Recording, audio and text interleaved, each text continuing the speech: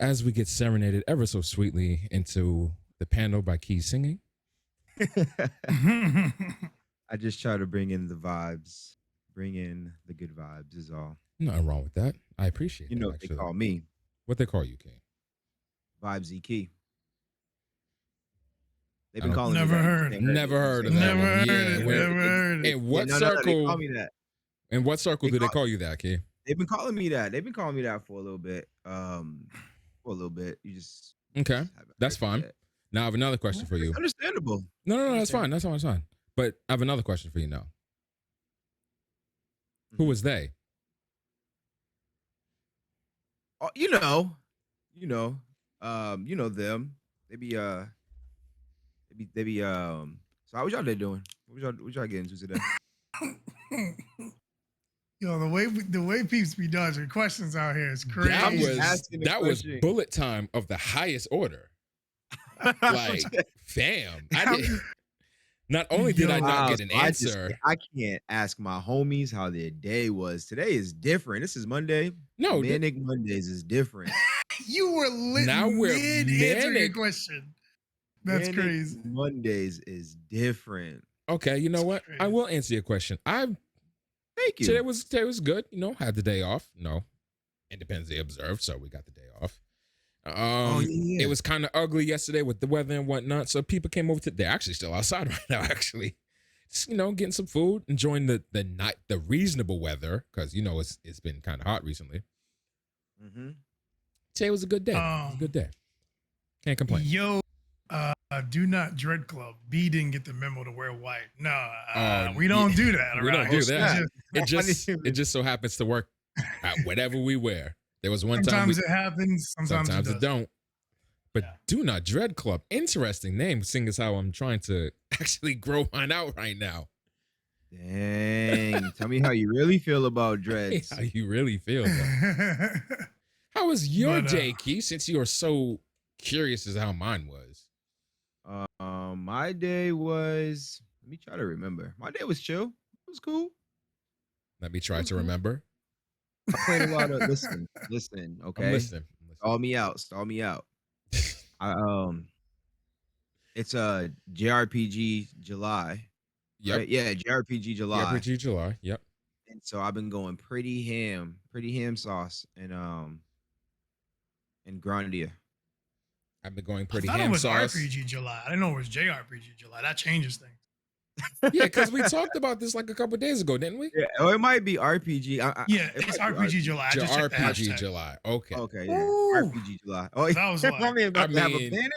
Yeah, because I'm playing Final Fantasy VII Remake on hard as my RPG July game. And Yeah. almost did Well, me you know in. what? There's menus in that, so like. I mean, it's an action RPG. I'm not doing this right now. I'm not even doing this. Yeah, it has menus. Yep, because So there's a lot of action RPGs. I'm playing an RPG also, and that would have really messed me up. I'm convinced I'm at the end of it. So after this, I'm actually going to go and beat it. Because you talking about this Iconfall game? I really want. Dude, to it's play cool. the game. It's a cool game. I know you like RPGs. You don't like puzzles. The puzzles are literally a walk, so you can just breathe through them and then get back to the part of the games that you like. Fighting. You said the puzzles are a walk. It was designed that way intentionally as a way of making fun of it. It's like a joke. Yeah. He was like, "Oh, puzzles." So that's what they went for. Yeah. But I just got past the part in Grandia that was the bane of, and it wasn't even a puzzle. I just did not understand what was going on. And Ivy said that they gotten lost in this dungeon for 2 months. Sounds like the water temple. Like, oh man. And I finally just powered through today. And I was just like, bro, I just need to sit down and just figure out what in the world is going on. So I made it through. I busted through that place today. And now I'm on the next part of the game. But man, forget all of those puzzles. Any type of puzzles. Which way form of a puzzle. See, if you just had an RPG this is like story and battle, you'd be good. No puzzles. Yeah, that was Final Fantasy VII. There are literally virtually no puzzles in that game. There are, but Not they're a one. they're kind of optional. Well, no, it's not What puzzle. puzzle? There's That's not. No, it's not puzzle. Never virtually mind. Never no mind. puzzle. Yeah, there's. Yeah. Wow, there are no puzzles. There are no puzzles in that game. And I can attest to that because again, I played it recently, right before we played Remake. So as did I. As did you. Right, like so 3 months ago, maybe less than that. All right, you got that. No You got that. And it is a phenomenal RPG. They are not necessary. If you want to, I never said they're like necessary. RPG, I never said they're necessary. They're good to to have them, but that does not make or break. Or no, it does not make your RPG better because 7 is a phenomenal game, and had none. Respect. So that's how your day went. Yeah, just playing Grandia. Streamed, played some Grandia. That's about it. Nice. Respectable Monday. How about you, B? What's going on in your realm? Busy. Busy. B stands for busy. Yeah. Busy got B. Busy my B. schedules all written out for the week. Just got a lot of stuff done. I was gonna come to your thing, but I got held up so late that I was like, you know what? It's better if I stay home and get my work done and get my stuff done. So that's what I got done today. Just a lot of like organization and scheduling people and all this stuff. Yeah, I see you keep looking up at that calendar. Yeah, I'm looking at it now. Well, all right, what I got after this? Right. Like what I got after this? My calendar's right over here, but the difference between ours is yours probably has notes scribbled all over it. Mine just has the numbers indicating what day of the month it is. My man's John is. You know what's actually funny though, because my whiteboard is a calendar whiteboard, but it's got like this rectangular spot on the right side for notes. Yep. Yeah, that's where I put all of my stuff, and I stopped because I got tired because it's a whiteboard, so I have to erase and write erase, right. I got tired of that. So I saw this dope comment from another YouTuber. It wasn't a comment, it was like a state, whatever. It says, without commitment, you'll never start. Without consistency, you'll never finish. So I just wrote that on my where the numbers supposed to go. Okay. There. And I just get through. All right, we're doing board organization. I changed mine to it's daily now because I need daily stuff. I gotta have that on my actual board. And I have the 4 agreements always up on the right. I have a little magnet that's meditation is hanging out with your soul. I think that's very important that we don't spend enough time just with ourselves and loving ourselves and talking with ourselves and working through our own stuff. So it's very important to me that we're always doing some sort of media or television show. We're looking for someone else, but sometimes that meditation and being with yourself is important. So that's always up there for my reflection and things of that nature. Yeah, it's good. It's good. Well, I ain't got anything cool like that. So at my job, however, this is one of the few things I actually miss about going in the office. So we have an open space, that jobs don't really do cubicles anymore. So we have like an open space. Yeah. And the dividers are these pillars, which just so happen. Right? Yeah. The dividers that separate each like team and group or whatever, they're whiteboards. They double as whiteboards. So like on your section, like I'll be sitting like where I am, and on my right will be the whiteboard, and be like, okay, just jot things down, everything I need to do. And then like everyone others, they'll have like inspirational quotes and they like things they printed out, paste up there. Like Key has the quote, they print that out, put that thing up there, hang pictures of their kids right there. Thing it's cool to have. But so I was thinking like just have a little whiteboard section of the wall right here and kind of emulate that. I'm thinking about doing that. A whiteboard, like a wall, like your wall is whiteboard. Yeah, because when some years ago, B remembers this when we was on the second floor. Wall, right? Jesse and I, we bought this paint, which did well with chalk. So we painted the boys' room. It was a rather long room too, and the walls were just chalkboard, and they just tear it up. It was cool. Yeah, so something similar to that. That was a cool idea. That was a dope wall because you could just walk in and just scribble, doodle. That was cool. Yeah, that was very cool. So have my little inspirational quotes on the side. If I write on the wall right now, I'll get in trouble. So. Yeah, that sounds one of my plans, man. For when I get an office, one of the first things I'm gonna do is hopefully, because it might be expensive, but an idea that I have is to graffiti the wall. I want graffiti on my walls in my office. Yeah, that could definitely get expensive, especially on the quality, like the paints, all that stuff. Be expensive. Yeah. Yeah, I would definitely like a mural or a piece up. Like yeah. When I went to the Dark Zero house in Vegas. So Dark Zero is an esports team.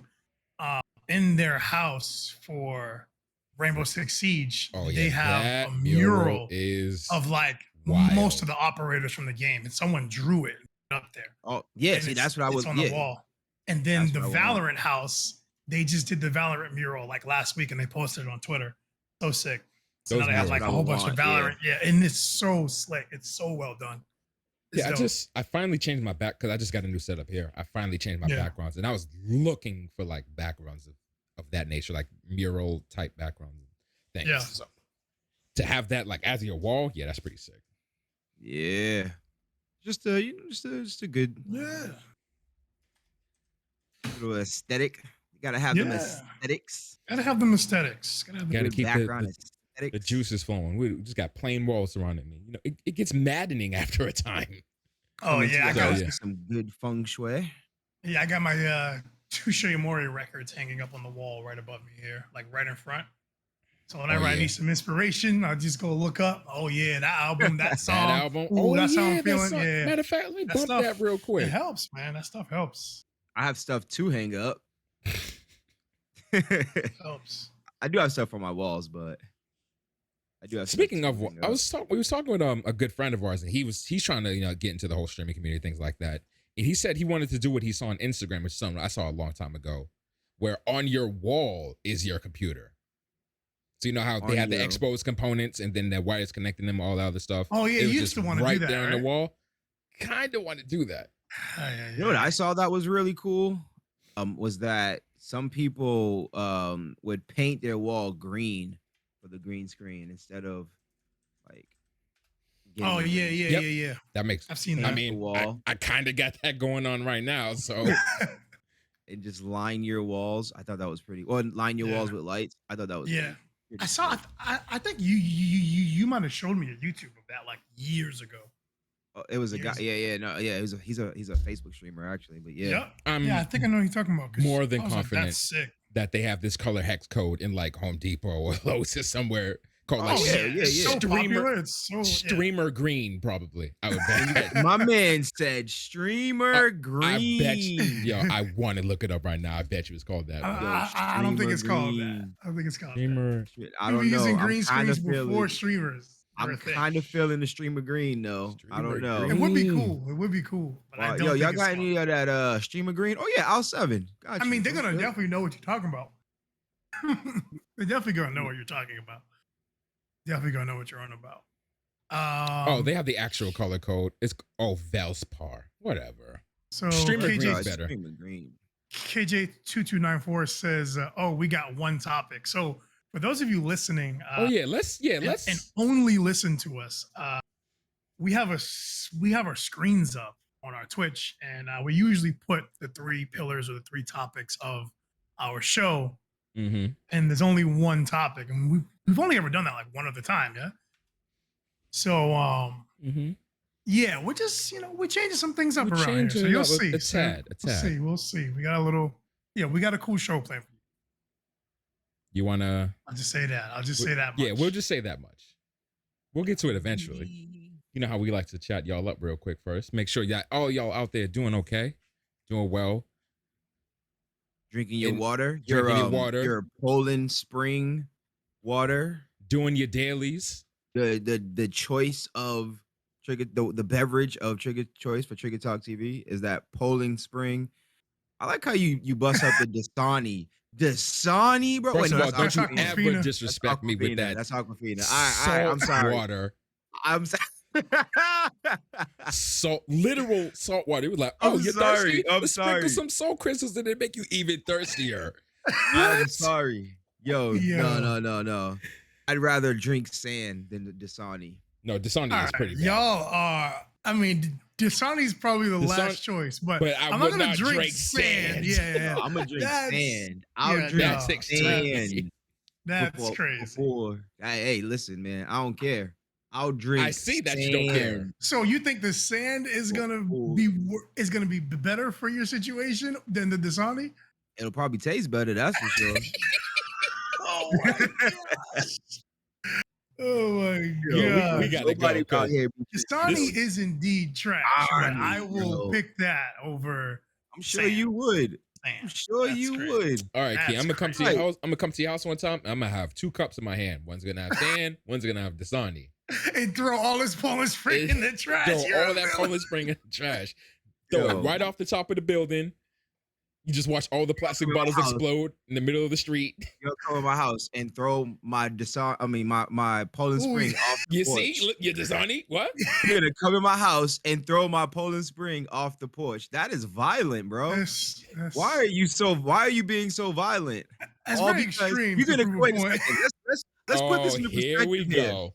Let's put this into perspective. I'm listening. I said I'd rather drink sand than Dasani. And in return, you say, I'm coming to your house and throwing your Poland Spring off the porch. First of all, who is being extra here? That I'm coming to your crib and throwing it off the porch. I just said I'm coming to your house with 2 cups. Oh. I want you to test your mic. Both of y'all are extra.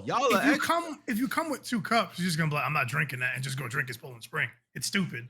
So B got to come through and chuck the Poland Spring off. Yeah, you guys. I want y'all to listen to this. Listen to the plotting here. All because I'd rather drink sand than Dasani. This is the type of plotting that has to happen against me.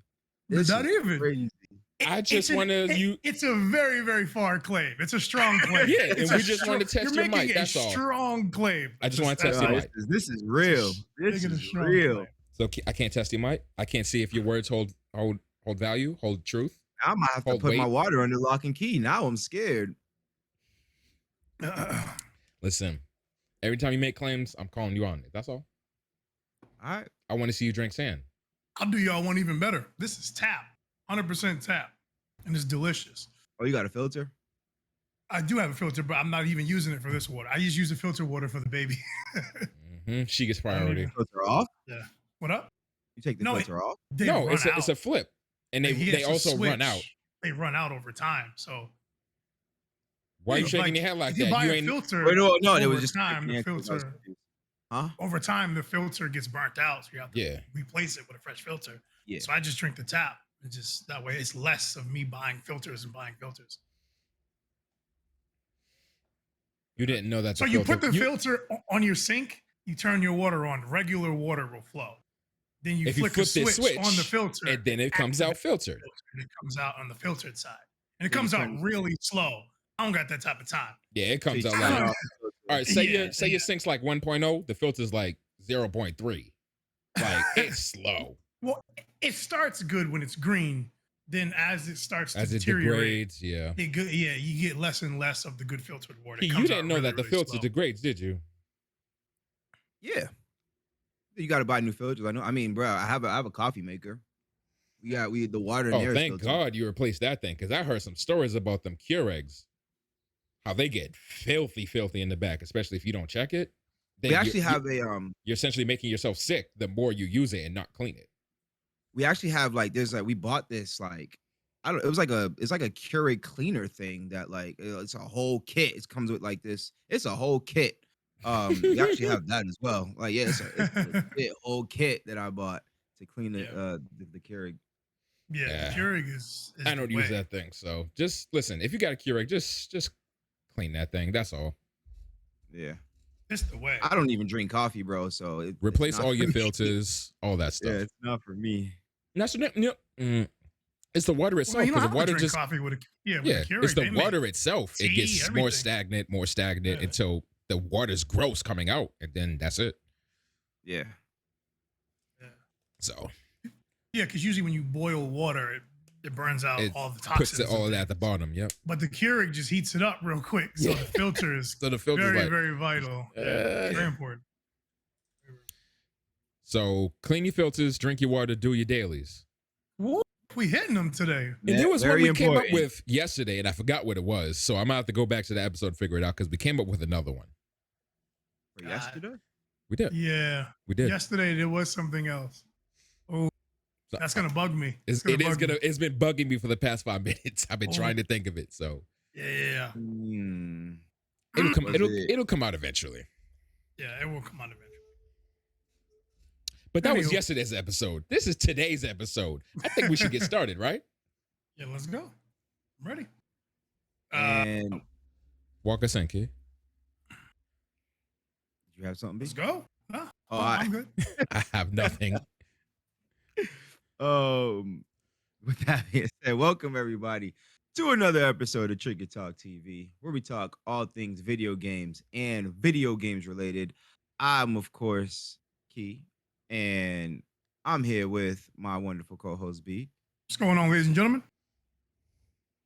And Reese. Hi. I was looking at you when you was looking at something rather intently, and I was trying to figure out what you were looking at. Yeah, I was about to sneeze. That's a total lie. I was not about to. You were not about to sneeze. You were like, hold on. You were looking at something. I was not about to sneeze. My man's was about to sneeze. You weren't about to sneeze. Stop lying. I got sent the message and I was very much distracted by it. I know. That's what I'm going. I was trying to talk and read at the same time, and it didn't translate properly. It didn't work out. It did not work out. Multitasking is tough. Multitasking can be tough. Nope. Oh, here it is. Borderline impossible for me. Borderline impossible for most humans, but they think they got it. So I'm gonna let you have it. Some of us think we got it, and we just ain't got it. Like right now, we just went off on another tangent. I love it. We can't even single task properly. We can't even single task properly. Single task. What have we for the people today though? Where we gonna start this? Well, you know what? Big interview. Big one. Let's start with the big interview. The big interview? The big interview.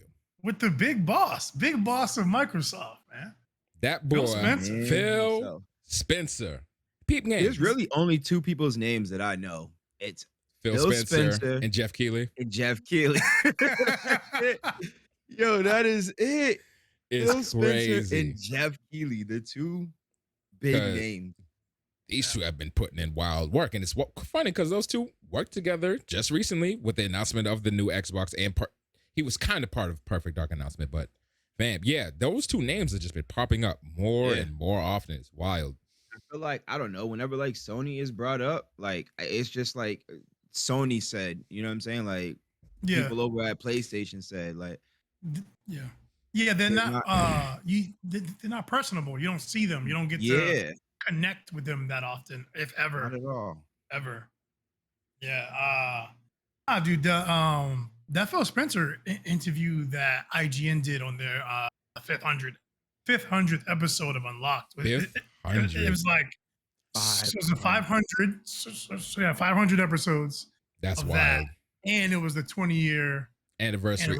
It just so happened. So it was like it was a cross. It was a cross. It was a cross. Oh, my man put up the DMX. He was like, it was like, yo, 500 episode, 20th anniversary.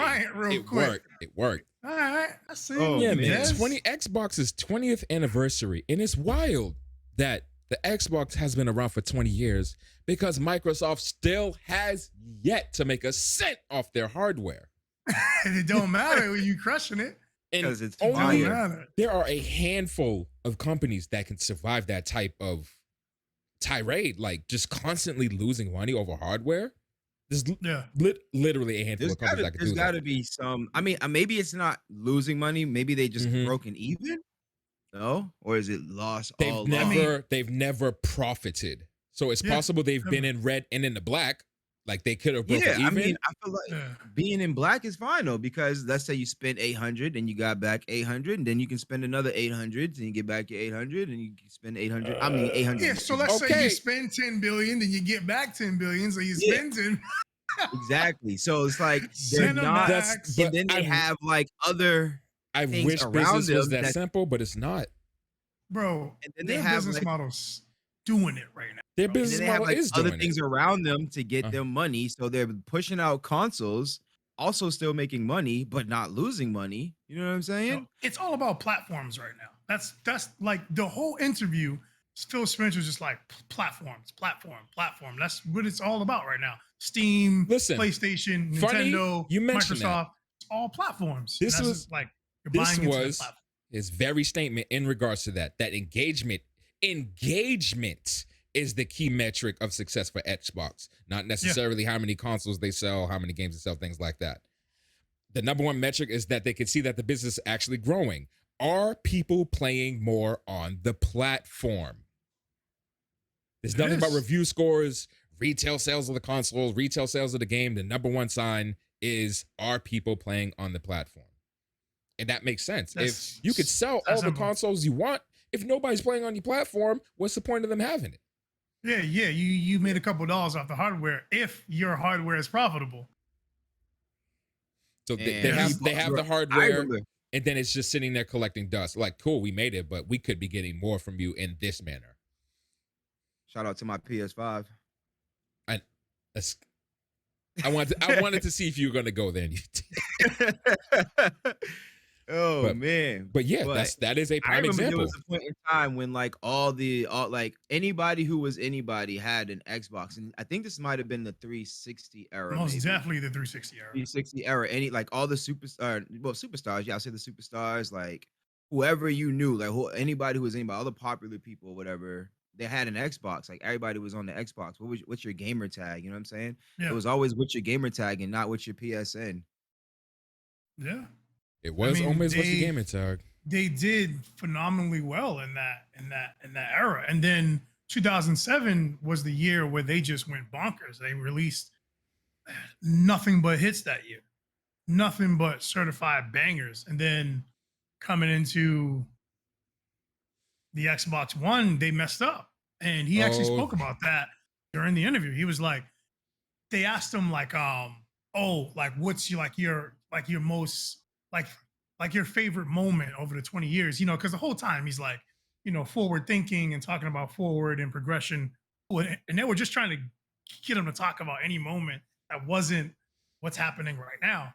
And he was like, honestly, it was that moment. He was like, he basically said, Xbox One launch was trash. We didn't listen to our fans. We just did what we wanted to do. Didn't hear them out and do what they wanted us to do and provide for them. So he was like, that was my defining moment. That's my favorite moment. Was our worst moment. When the Xbox One first came out, you had to buy the Kinect. Like you couldn't buy it. I remember that foolery. Yeah. Like, what is that, dude? So yeah, that. And he also said that the games were locked. The games were locked. Yes, I remember. The if you Xbox One launch was wild. And it was Phil Spencer also said that was essentially the beginning of the journey that brought them to where they are now. Yeah. Bet. Yeah. Fam, the E3 was terrible. Yo, you bought a game, it only went in there. It wasn't going to work anywhere. I never even knew that was possible. I don't know how they were going to execute that. Good thing they're not. Anything's possible with stuff, man. I remember this because one of the coolest features I saw was it had 2 HDMI ports in it. Plug out, obviously, for your monitor, but plug in from an external source, like your cable box or something like that. So now he said that was kind of what split and messed up gamers. Were like, I thought this was a gaming console, but what is this, like an entertainment hub or something like that? Can I play my game? Am I supposed to use these features? Are they going to be integrated with my gaming in some manner that's going to mess me up? So it was very confusing. Whereas on this side, games is front and center. This is about games. Play games with you, your friends, everywhere, PC, whatever. There's no more of that confusion as far as it's literally about games. Like they're like, we just want to bring you games. Like, yo, we got all these games, backwards compatibility. You can play all these games. Game Pass, yo, we got all these games. It's games. You didn't hear anything about Quick Resume. Yo, we got games. You can play games on games on games. I done opened the game. I was like, oh snap, I forgot I was playing this. Like, bro, I dead forgot I was playing it. And I was in the middle of doing something when I was playing it. It just loaded right back up to that spot. Like, oh word, I can just pick up where I left off. Even though I don't remember what I was doing, but that is cool. Yeah. Luckily, it was when we opened Oblivion. Luckily, I was at the beginning of it. But like, man, That quick resume it's different. That is a feature that I absolutely love and didn't know that I needed, but I'm glad that I have it. It is too fire. This Oh no, generation yeah, has that's a feature introduced. that we definitely need. There's Definitely need this that. generation has introduced to two things that we did not. Well, one we did know we needed, but one we did not know we needed, which was quick resume, but the lack of loading screens. Like I'm again, that was one of the things that I mentioned during some of our earlier episodes. Like developers have said it has changed how they make games, and that by extension has changed how we experience games. Yeah, it's dope, man. Um, what I thought was sick in the interview, like, was because we spoke about it so much when Sony was on the other side of this thing, like, nah, it's not a sustainable business, blah blah blah. Yep. Like we beat that horse to death. But they asked, they asked Phil, they were like, I know it depends on the company, the game, the contract, but what's the basic business model for Game Pass? Like how do you make money? How do the development teams make money, et cetera, et cetera? And he actually like went into it a little bit, which was pretty cool. And he basically was just saying that it's literally not about the money. I mean, it's Microsoft, they got capital, but they got like they got capital. Is like it's about like, especially when it comes to third party developers, because like the first party developers, it's like that's us. Like we got you. They decide. Yeah, right. We got you. It's no worries. Like the bank is open, you know. But third party developers, they're like, we check to make sure like growth and also repeating. They're like, if a developer comes to us again, then we help them in some way. And it was like, that is what he's trying to achieve. He's like, we just want game developers around the world to feel comfortable to make something and have a place to put it out. So they're really focusing in on like building relationships type thing and making video games. Right. With all companies like AAAs and indies. That's why Microsoft has had ID at Xbox for years now, like the indie developer thing where they showcase those games. Unlike Sony, bro. Sony is unlike a particular platform holder that will not be named, but they do not have Game Pass. But they don't have Game Pass. Oh, Platform X? Platform we're gonna X. get to that. We're gonna talk to that later. But yeah. Sheesh. Yeah, this interview did have some it was good. Interesting tidbits. And there was one in particular that stood out to me for personal reasons, obviously, because it's one of my top 5 games. Funnily enough, a shooting game, which I'm not relatively fond of the genre, but it's that of Perfect Dark, which they only touched on ever so slightly during the presentation and the release of the Series X, Series S, but more along like them releasing it, like Phil thought of this as an advantage to be able to bring women to leading roles, like, because we in all the video games we played, again, a handful of them, I don't want to say a handful of them because we all played wildly different games, but you don't see women protagonists in the lead as often as not you enough see. of them. Not enough of them. There's not enough. And Phil made it a point to say that like we don't, because you look over at we don't. Horizon, yes, Control, like it's there. He's like, our games don't have that, and we need to have it. Yep. Yeah. So he thought Perfect Dark has a cult following, and they knew that. So that's when they snapped up Rare. They tried to do Perfect Dark 0 and 06, didn't do as well.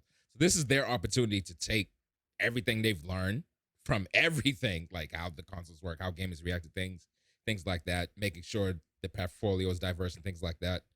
And he's gonna work on that. And I thought that was interesting because you don't really see developers or like heads of companies say things like that. Yeah, it may be something that there may be on their portfolio, but they don't go out and be open like that.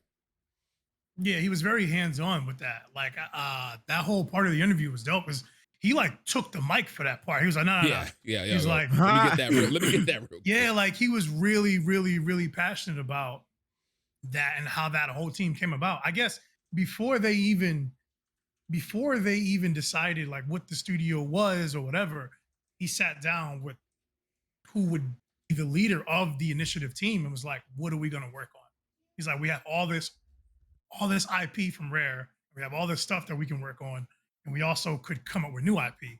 And they like brainstormed and really like I like Phil Spencer because he seems very hands-on and he's open about being hands-on. And I think that's very dope. That transparency is shining far right more now. transparency. He actually he released a whole like, all right, he did a sit down before about his dealings and how he does business with and how they make money from their whole Game Pass and situation.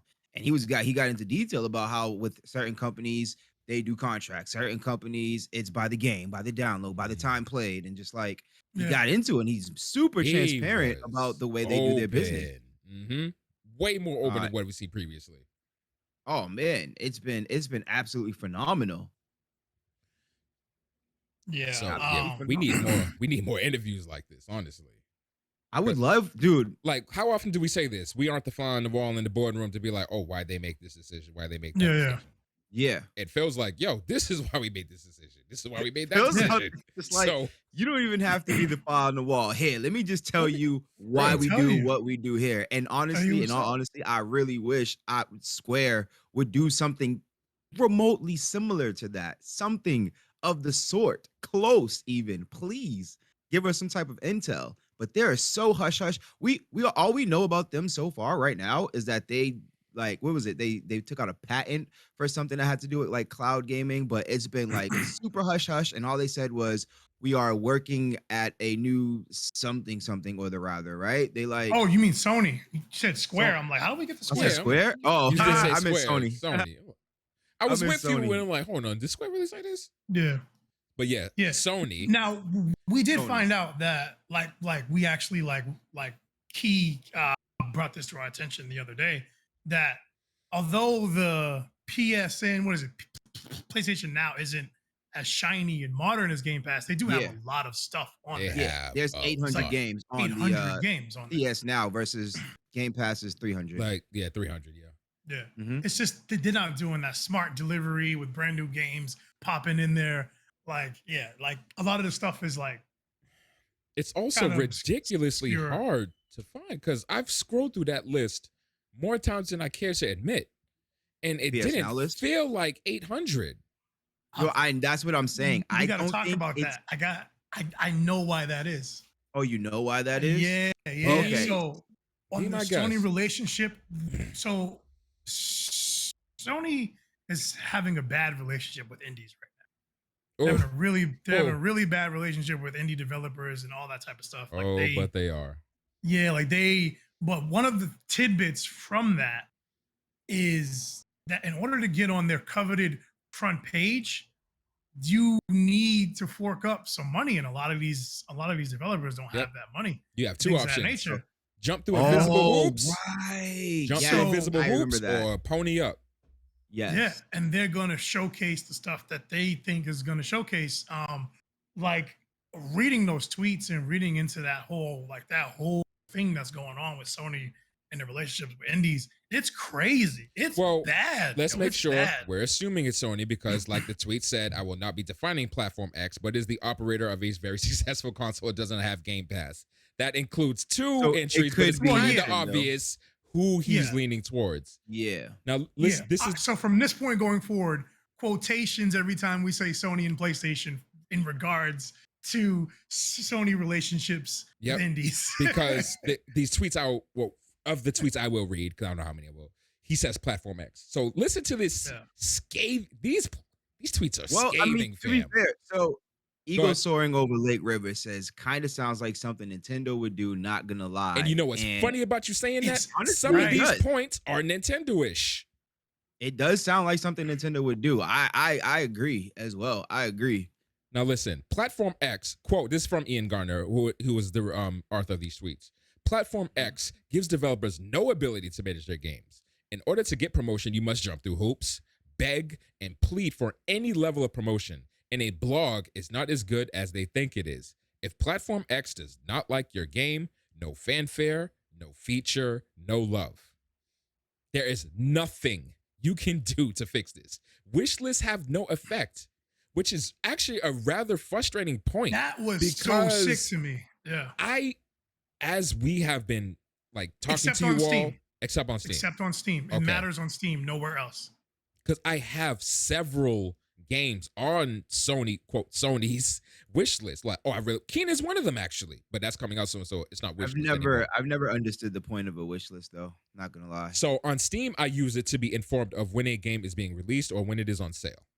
And on Steam, it helps build hype for that game. And on Steam, it was like, this game has a wish list of 1,000. Oh, let me see why. And then and investors will notice it, and they might throw you more bread for your development and things of that nature, because there's that many people that are saying they might buy your game. That's value. That matters. Got you. By the way, another quote. By the way, you can't even do a launch discount, which I've been seeing a lot of recently from indie developers, which makes sense. You cannot do a launch discount without their approval, and it is, quote, very limited. That's right. You can't do the thing that every other platform does, meaning that Platform X owners will always get the worst deal. And here's the quote that probably sent B over. Oh, but don't worry. There is a way to guarantee you get featured. All you need to do is spend a very, in capital letters, very reasonable minimum of 25,000 USD to get featured. Oh, and then 30% of your subsequent earnings. It's a bargain. That's a robbery. What was wild to me is that Nintendo's program for indies is called Nintendo's Nindies or something like that. Nindies or something like that. It's way better. They're like, besides the fact that you have to buy your own dev kits, whatever, but working with them and updating your game, and getting responses and all that stuff, they're like, it's so much better. I'm on the Nindies hit sites and I see all the games I would play. These are all hits. It's in its own section. It's front and center. It takes me right to the store. I'd be like, oh, sick. Some of them are even on sale right now. Actually. What is this website called? Nindies? If you type in Nindies, NINDIES, is the very first one. Nintendo.com's hashtag Nindies. I've never heard of this. Now, the reason why, and I agree with you, Jack Nail Gavy, that could be either of them. Now, we just saw Nindies. That's a rather intriguing means to put indie companies front and forward. Nindies been around for a while. Nindies is part of the Nintendo stuff. Oh, I can steal it, so I can log in. You can log in and done. It'll show me stuff related to stuff that I bought previously. This Nindies part? This Nindies thing. No, this is just specifically for indie developers and indie games. Oh, how does indie? Oh, I see. It's the indie game spotlight, basically. Right. Got you. It's basically them saying this is a front page for indie, so they usually will put it somewhere so people can see it, people can touch it, and interact with it. And then it can't be Xbox because one, the very first tweet already admitted it, but second, they have ID at Xbox. Indie developers at Xbox. Yep. Right. It ain't them. Huge showcase. Who else is there? Atari. Like where do you think Super Meat Boy went first? It was Steam, and then they went boom right over to Xbox, because Xbox was way ahead of the game on the indies. I will always give them. And then it took like 2-3 years for it to show up on Sony. Yeah, they were way ahead of the game. And it was the base version of the game at first. Yo, do you know what I found out? I mean, it's not an indie in any way, shape, or form, but I love the game, whatever, regardless. Eternal Sonata went to Xbox. It was an Xbox exclusive. Yeah, it was Xbox exclusive. That came out in 2007. That was a part of the crazy year they had. That game was included. Dude, they literally just spoke about that game during the interview. Wait, they talked about Eternal Sonata? That was a part of it. 2007 banger year. It was Halo 3, Eternal Sonata. Like, it was a crazy catalog. And they were like, 2007 was insane for Xbox. Yeah, dude. That was insane. Obviously, I didn't touch it until it came to PlayStation. And when I even found out it was on Xbox, and I was just like blown away. But then I found out it was an Xbox exclusive, and I was like, dude, what? Listen to this 2007 list from the 360. BioShock, Halo 3, the first Mass Effect, Hard 4, Assassin's Creed, Guitar Hero 2, Virtua Fighter 5. Oh, man. What else? Is Eternal Sonata, Skate, yes, FIFA, Naruto Rise of a Ninja, Skate 1. Skate. Wow. Like, bro, Skate's the one. Skate like 2007? knocked Tony Hawk off his shorts. Essentially. Yeah, Skate is amazing. Amazing. Wow. So yeah, with that being said, we have it at Xbox, we have Nindies. There's only one person left. There's only one entity left. Bro. Yeah. They still don't got Celeste over there. Or they might have just got it. They might have just got it this year. Crazy. In conclusion, last tweet I'll say. In conclusion, Platform S is super successful and awesome hardware, but their back-end processes is straight out of the early noughts, the early 2000s. I have no idea on how to succeed on this platform, and they will not tell me. And even if I do succeed, they'll find a way to screw me over anyway. Yeah. What's wild is like, so when that developer when they came out with that and they started tweeting, so that's the co-founder of Neon Lane. That's a indie development team, and they produce games, they publish games, and they make games. And other companies started to chime in with their experiences with Sony, and it just matched. They were like, yo, you could go 9 months without hearing from Sony on something very similar that could have been included in the package. And then like they'll reply to you real quick. Sometimes he's like, you just don't know. It's always up in the air with Sony. Like you just don't know.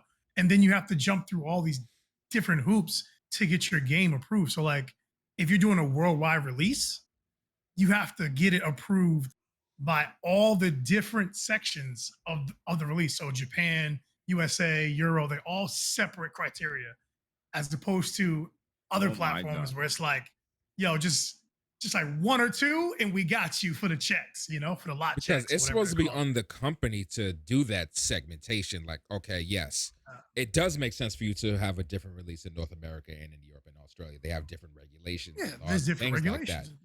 But that's on you. Like you are putting this on your storefront. You are hence responsible for it. You shouldn't have to put the payment on the developers, I don't think.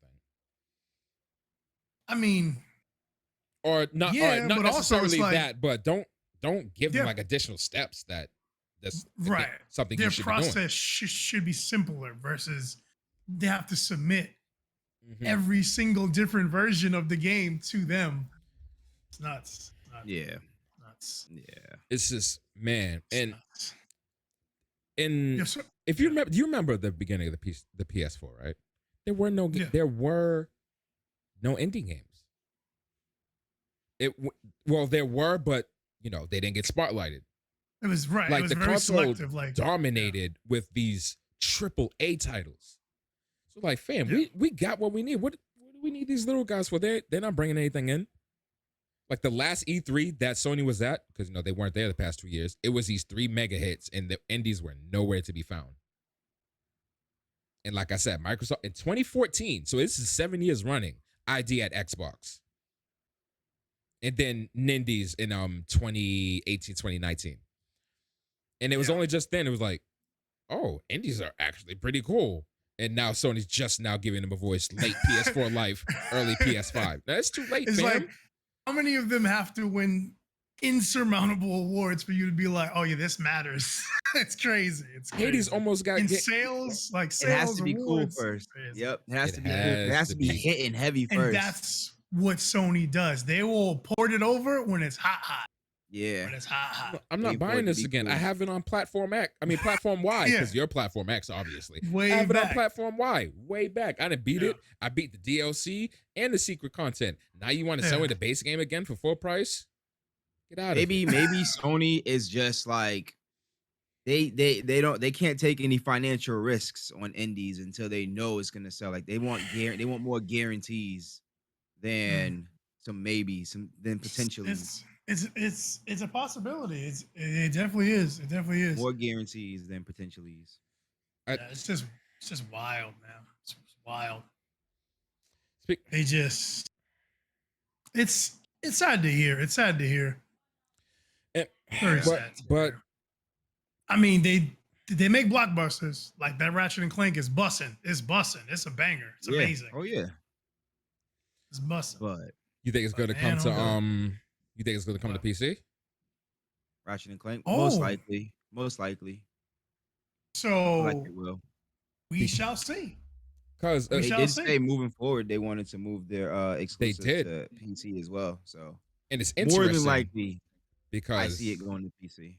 we've Yeah. gotten a number of what's the word I'm looking for? Article worthy, you know, Sony's doing things basically over on Sony their is doing side. things. So They're definitely doing things. Yeah, they're making moves. they bought Housemark recently.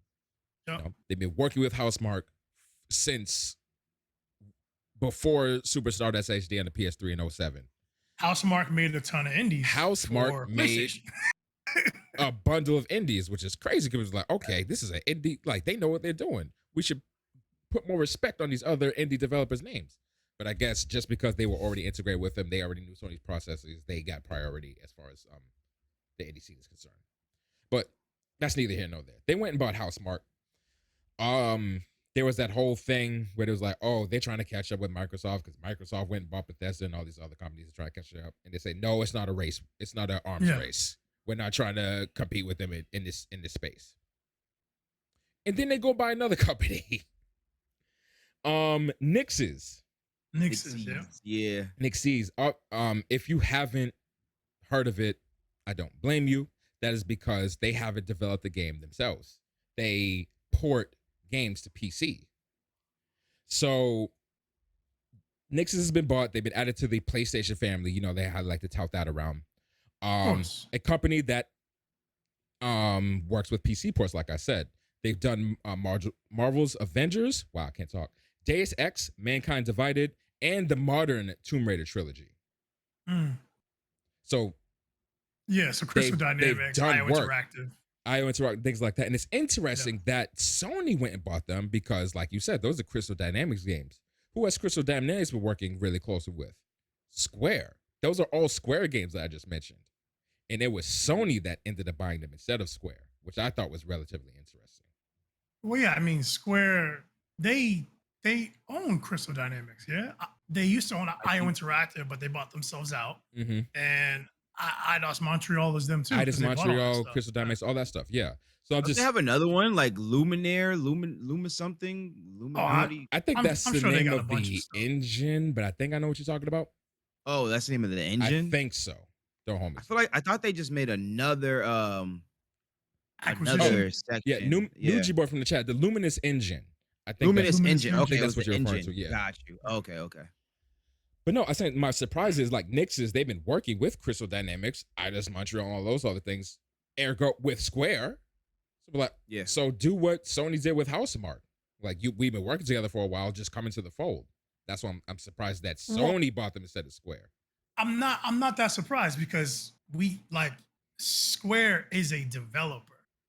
Yeah.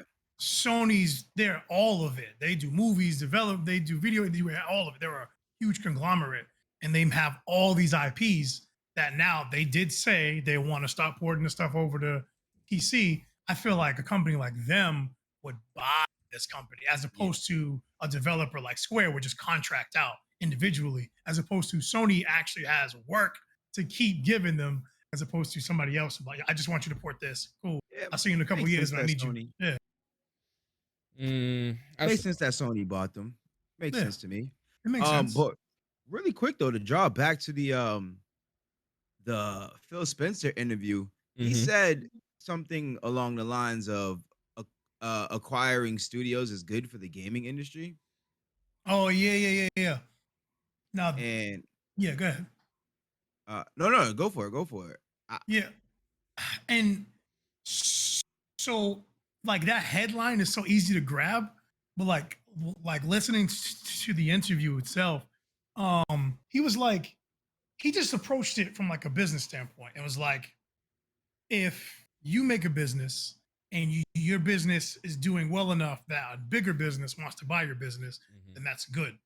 And he's like, on the other side, if you don't want to sell your business and you're doing well independently, that's also good. He's like, I just think that if a company decides that they want to sell to another company to grow or whatever, he was like, it shouldn't always be frowned upon right away. He's like, He's like, No. I feel like people are missing the mark. They're like, acquisitions are not this big bad thing. He's like, as you can see, the way that we treat our people, it's all good.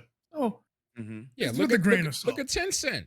Yo, That's come over to our side. understandable. But y'all could do your thing. We ain't even gonna mess with your process. Just keep doing what you're doing. Yeah. Tencent's been acquiring left and right. You don't see any complaints from them. But not right. Right. You don't see any complaints from them, but I also don't hear any complaints from the companies that have been acquired by them. But you just hear complaints by people in the community who are just like, you're just buying everything up. It's like, well, these companies are busting their tail to get noticed by these type of companies, some of them, so they can sell. And so that's how you do it. Some of them are among that vein. It's funny because in the continuing on about the interview and acquisitions, things like that. You remember that article that we saw some time ago about rumors of Phil Spencer wanting to acquire more Japanese developers. And there was a part of the interview where he mentioned that he would like to acquire more family-friendly content for Xbox. In comparison to Nintendo, the other two platform entities are kind of lacking. So that's another opportunity for him to grow in a similar vein to the female protagonist thing, you know, diverse and such. Family friendly would be another branch that they could branch out to and have even more people come into the platform. Yeah, he was real adamant about that, having more family friendly content. Like, not everything is just Gears of War getting ripped apart and all that. Like, not like it's like Gears of War, Doom. There's so much of like a lot of the same stuff that are like, we're trying to branch out and do more stuff. That's my favorite type of content right there. Which is sick. Family friendly stuff. No, he's talking about the friendly. The violence. I like violence. Yeah. What was that trailer we was watching? Was it the Back for Blood trailer? No. No, it was what was the name of that game? Where you got to use Evil the Dead. Evil Dead. Evil Dead. Yeah. That Evil Dead was game is violent. Yeah. Evil Dead was looking sick. I haven't seen his eyes so large. From that. They're never gonna go away. But it's like open it up. Now to the other side of that same coin is Discord. They didn't want to be acquired. They're like, nah. And Sony was like, bet, we got you. We'll buy a stake in the company. Do you? We just want the partnership. No. So it all depends on each individual company, what they're doing and what they want to do with their company. Has there been a company that's been an indie company that's been acquired and that went downhill in the people's eyes? It's a good question. Recently, or not that I can think of in general. Because I feel like there's a lot of complaining about people. Indies getting acquired, and if it hasn't happened in the past where an indie company being acquired, their game started to become not what people fell in love with in the first place, and I can understand like the hate, disdain for being acquired, but otherwise. If these larger companies are letting them live and they're just doing it for growth, then I feel like there shouldn't be an issue. Right. I agree with that. Like, as long, like KJ2294 said, I agree with him, as long as whoever is being acquired still has creative freedom to do what made them successful. And that's key. Exactly. That's very key. Like what he was saying is like, similar to what we're seeing from Tencent, we don't really get to hear from Tencent, we don't really know, but is that it seems like Microsoft, Tencent, some of these other companies, they just buy the company and hands off. Yo, do what you do. Make your game. Like, of course they're going to see reports. They want updates, of course. Like, we ain't going to act like it's not a business, but they let them do them. And I think we're coming into this time of seeing indie developers being sought after and purchased by these companies. Like Housemarque, this is brand new for them. So I think we'll see in a couple years how it goes. Because like Supergiant, you know what I mean? They're not Supergiant. I don't think Supergiant ain't going nowhere. No. Yeah, they're like passionate about what they do. Digital Devolver. Yeah. So like I think we'll see as it goes, as companies like Housemarque and whoever else gets acquired by, say, Sony, Netflix, even whoever, and how they do. We will see. Fair enough. So Yo, so stop attacking companies, man. They try to make some business out here. Wait until they drop something you hate and then attack them. At least wait. Like, at least wait till then. They could drop some fire. They could drop some fire. And you know what else could potentially be fire? What? Kojima signing a deal with Microsoft. Yo, we both had that next one coming up, but I had a different way of attacking it because we was talking about patience and how you should wait to see how things come to fruition in regards to major changes in the gaming world, like Hideo Kojima teaming up with Microsoft, like he said. Yeah. To the point, we'll talk about that, but I found something rather interesting when I was looking that up, that there is a petition on change.org. Whoa. With a modest 250 signatures. You know, there's some signatures on there. Oh, okay. But these are supposed PlayStation users that want to cancel Kojima's rumored Xbox game. You know what? That's so that trash. has a petition. I just want to say there is about more than 10 times that amount for a petition to bring back Legend of Dragoon in either a remaster, remake, reboot, or a port. Oh, I bet. And I bet it has more than 250 signatures on it too. Oh, it's more than 10 times. It's like 10,000, maybe 20,000. I think it's got over 20,000. I forget what the mark is on that people has to have, like, you have to actually like respond to it. I think somewhere in the tens of thousands or hundreds of thousands. Oh, is it? That's a thing? I didn't know that's a thing. KJ says KJ I think like 30,000. It's at, yeah, so you have to respond to it. It's kind of like Kickstarter, but you know. But the text of the petition, Kojima is betraying his loyal fans. He has been blinded by greed. We must help him come back to the winning side. In capital letters, please share this petition everywhere. Yo, go online and delete that. There's only one more sentence. There's only one more sentence. Not everyone has good enough internet to stream games, which is I'll talk about that in a little bit. Not everyone has enough money to buy a new console or build a new PC. Please, Kojima, don't leave us. Wait, hey, person that wrote that, you do know that you download the games with Game Pass, right? You don't stream them like you do with PS Now? Yeah, probably doesn't know that. Some PS Now games you can download, like you guys always say. You can download. It ain't like Game Pass, bro. Game Pass you download all of them. And I love my PS5, but again, I'm gonna call a spade. Like, yo, this whole thing is, first of all, he's not going anywhere. He's signing a publishing deal for a game. Yeah. All he did was sign one game. Yeah, he signed a letter of intent. I was just about to say that. It's a letter of intent. So they're in talks. Both sides did. Both sides signed a letter of intent. It was like, yo, I want to work with you. Yo, I want to work with you.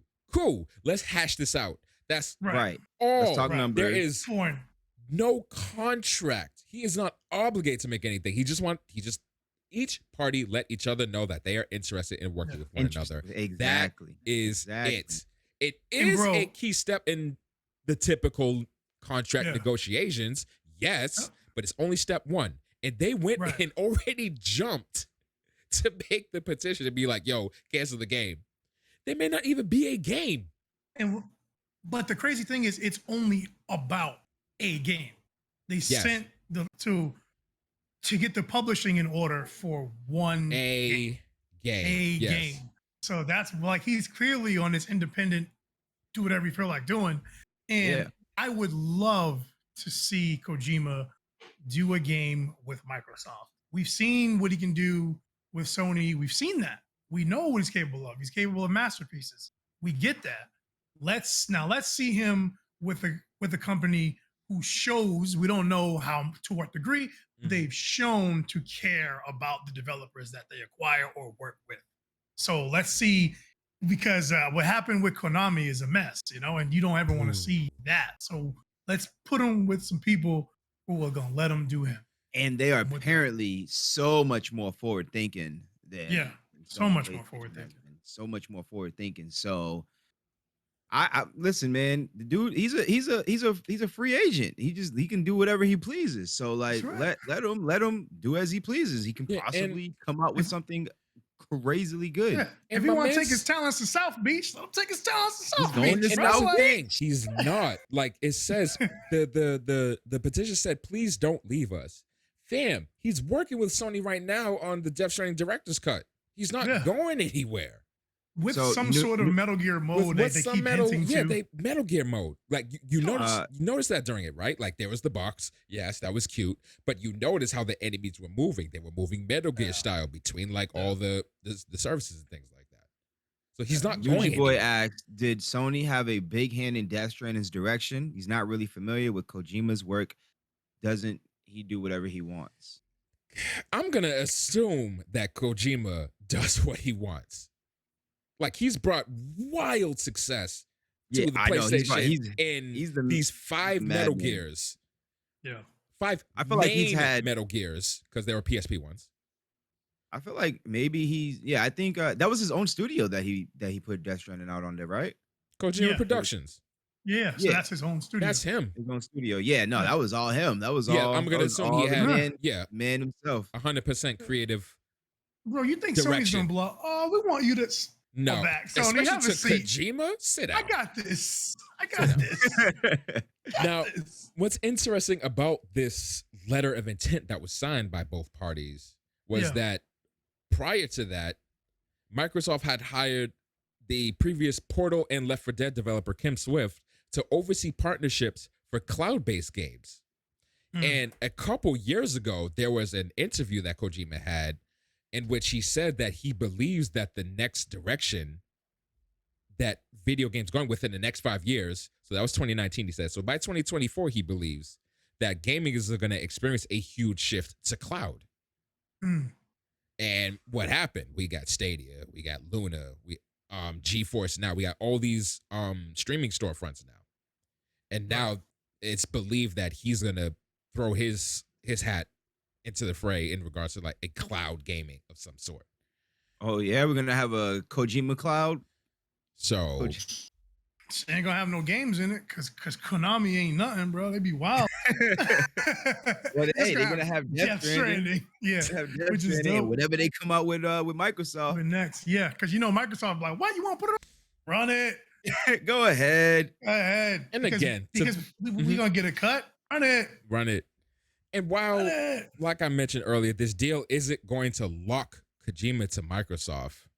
Yeah. We're still probably not going to see this game touch PlayStation. Yeah, it's like, probably going to be an exclusive for Microsoft. Kojima. I'm keeping this game over here. And if Starfield is any indication, Microsoft ain't about to be sharing nothing for a little bit, especially hits like this. Yeah, I mean, this is pretty much it's not official because it hasn't been said yet. There's still a letter of intent, but everywhere you look, it seems to be like this is going to be an exclusive for Microsoft if they finalize the deal. Yeah, potential exclusive, something cloud related, potentially. We shall see. And it's exciting. We shall see. That is Microsoft's it's very exciting for me. Microsoft's making moves. I'm stoked. Hideo, you know Microsoft's making those moves, baby. You know Microsoft's their intent on purchasing. I'm still looking for that rumored list of like the almost 30 publishers they want to purchase in the near future and be, buy a little stock, see what's going on. I just listen. I ain't gonna hold you, bro. I really wish. I hope it's true that they're getting Konami, man, and I hope they bring back DDR. That's it. That's the thing. DDR didn't technically go anywhere. It's just very arcade only now. Arcade only? You mean like what was the last release? Arcade? Yeah, what was the last release on PS2? It's dead. Yeah, DDR is dead. And they're too busy pushing around their patents, messing around with these other companies like Demo, Music, DJ Max. Like you're not doing as much with DDR as you could be, but you want to mess up these other games. It's actually annoying. So yeah, Microsoft, you need to cop them and teach them how to do business proper, like. Because do business proper, like he says. Crazy, bro. The Metal Gear and Castlevania series changed gaming forever, and y'all just let it squander, ruining my experience. I had nothing to do with that. I can't even play my game on PS4 proper anymore. It's crazy. They took away the ability to adjust the milliseconds so that I would time up properly on your screen. Because not all TVs are the same. Some might have more refresh rate delay. I can't even adjust that anymore. So if your TV is natively delayed on your PS4 copy of DJ Max, you literally have to blame Konami because they forced them to take it out. Crazy. But yeah, bro, Konami big trash. So I stand by that statement. And we see why Kojima is so free to do what he's doing now. Potentially making a game with Microsoft, a cloud-based game with Microsoft. Yeah, with man. his already the technology he created is wild. And now he has Microsoft with him. He could do imagine what he can do. If you really do care about like the work that these developers put into, let the guy go where he wants to go to test his next adventure. It's all about how much can I make, how many dollars can I make off of him? No, I mean how much petition. That's what I'm talking about. The petition. The people like that thing got 200 people. That got less than 1,000 signatures. They're probably not the only ones that feel that way. Like I'm probably. Oh no, absolutely not. Yeah. And the comments obviously devolved into the whole PlayStation versus Xbox. Like I don't even. It's wild because I was conditioned to think that way almost like in my early gaming career. It was like, yo, if you had this one, you can't have this one, but you can't have Nintendo. You can always have Nintendo with one of the other ones. It's so stupid. If you had PlayStation, you could have Xbox. If you had Xbox, you could have PlayStation. So dumb. Like, now, they each do make cool the same thing. Check them out. And this is a generation where they're finally coming together somewhat, and we're still behaving like this. Yeah.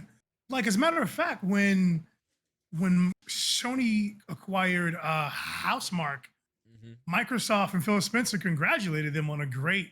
He sure did. Yep. Like, it's no beef. Like none. Y'all are making it beef. It's no beef.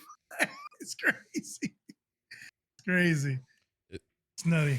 Man, but they really did it. I saw that. I'm like, I have to mention this. I have to. Yeah. Whatever. But, I mean, you're gonna have your fans. You're gonna have your fanboys and girls of things who just can't just.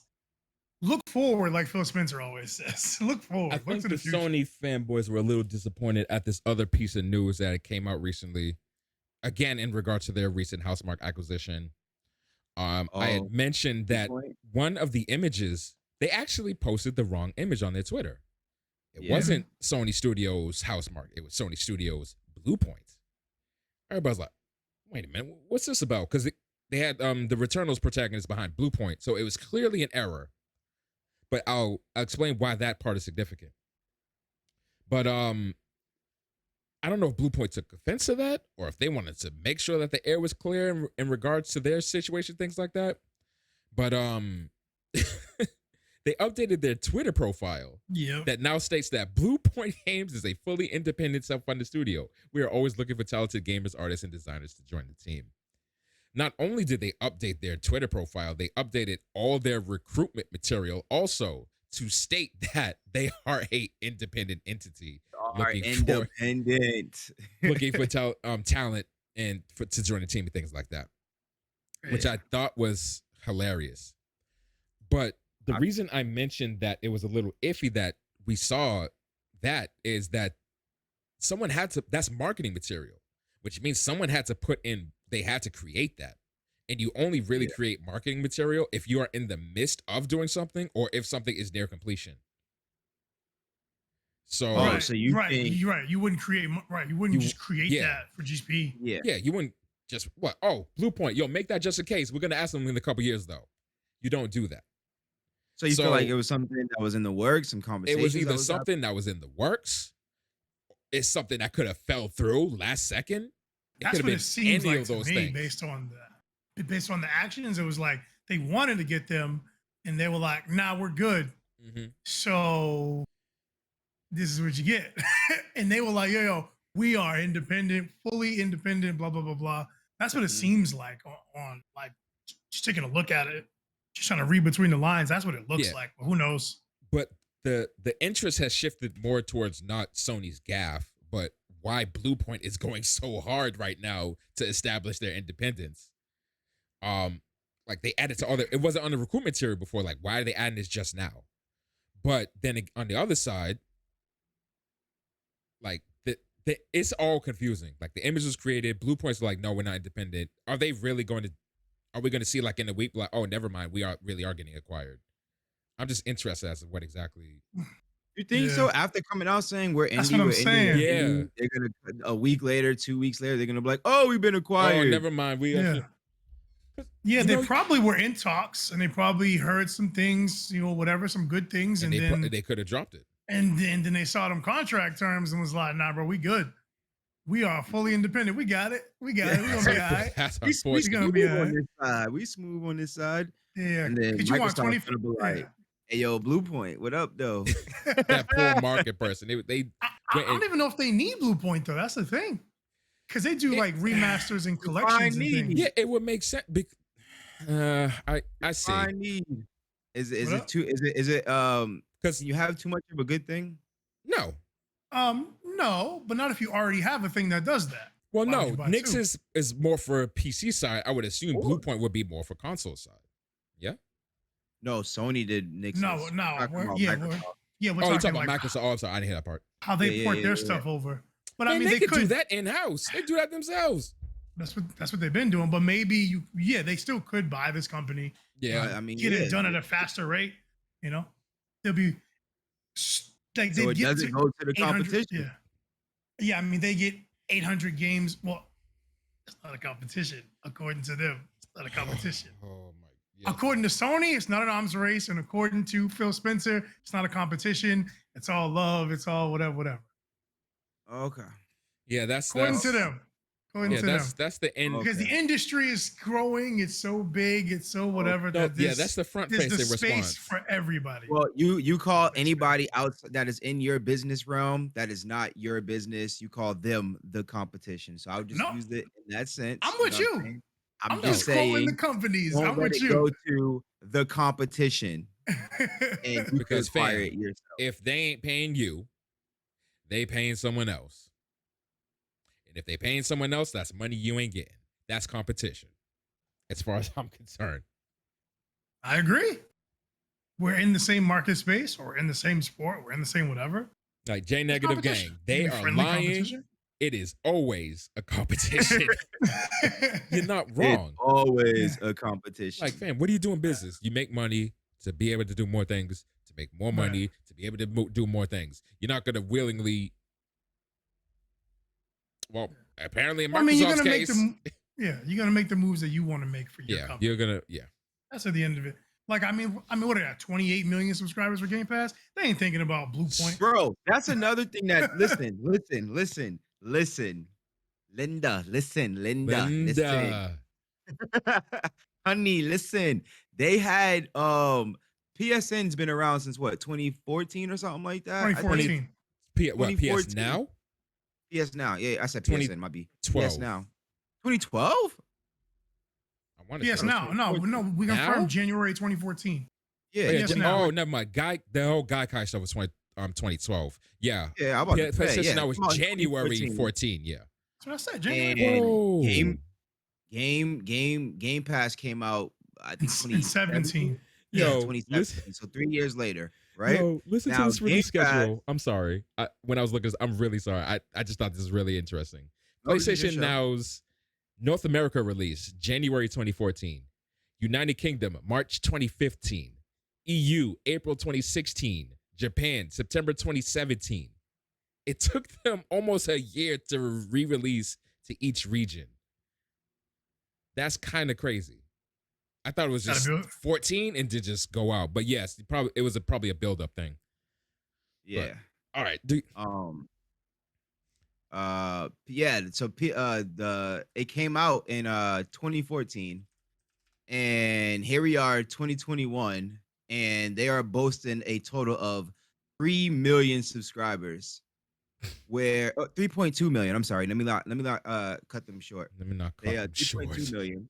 And whereas so Game Pass, who came out in 2017, here we are in 2021, and they have 28 million.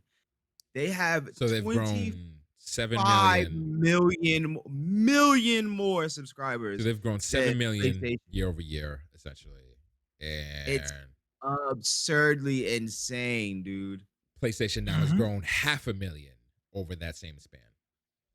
So 6.5 million. There's a 6.5 million difference between them every year.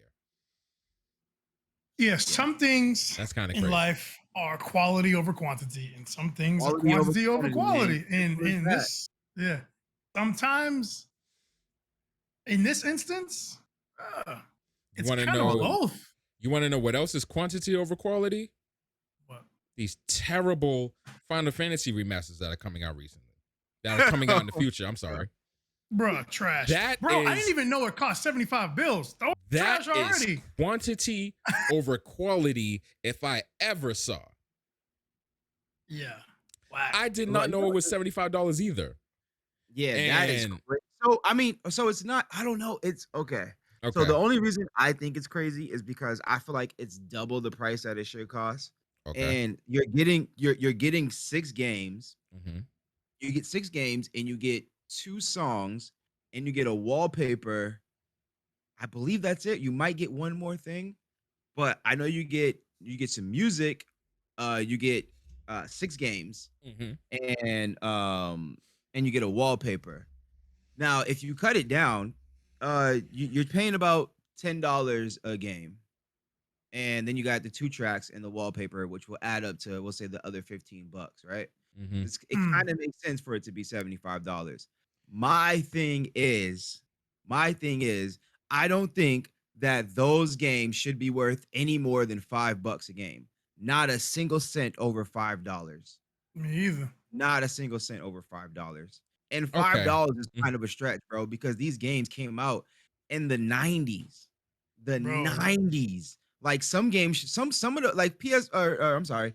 Final Fantasy 1 should be like $3, like $2-3, dude. Like It's literally crazy. the first game to come out. Like, $3. why are you charging me $10 for a game for your first? No, absolutely not. Absolutely not. The headline of the article I was looking at has a really interesting statement, and it's something that we've talked about numerous times. The pixels that power our nostalgia were never meant to be viewed on modern high definition displays. So what is the right way to update history? And Square has done this numerous times with these sets of games. Like, I think the very first one was on PS1. Was it Final Fantasy Anthology? That had either 4 or 5 or 5 or 6, one of those two. Yeah, that was one of the first remakes, dude. And then on PS1, PSP, sorry, arguably the best of the remakes. Yeah, which one is the PSP one? One, PSP. 4. It's 3 of them. No. Like, what's the name of it? I don't know the name of that collection. Because I actually wanted y'all to do a really quick comparison. PSP Final Fantasy. Well, while you're looking that up, I'll continue what I'm saying because it says something. Final Fantasy Collection, something like that. But they've redone this over and over, basically. Yeah, over and over. They done came out with it. Came out on the original SNES. It came out on PS1, Game Boy Advance. It came out on PSP. PlayStation. They came out with it with a mobile version. They came out with it on Steam. Like, they've redone this. Stop. And out of all those attempts, more often than not, they botched it. I don't even care if it's botched or not. Just stop. But I don't care. I don't care. Just stop. You could say that all you want, but here's the thing: they keep re-releasing it, and I'm using this we, not us necessarily, we, and we keep buying them. They keep re-releasing them.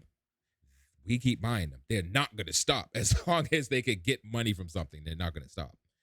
My beef is how they went about it, because I'm a nostalgia freak. I like going back in time every now and then. Y'all know this. But this is an egregious attempt to reach in my pockets, and I'm not having it. I need you two to do something for me, because we're gonna talk about how this game looks. I got the image up already.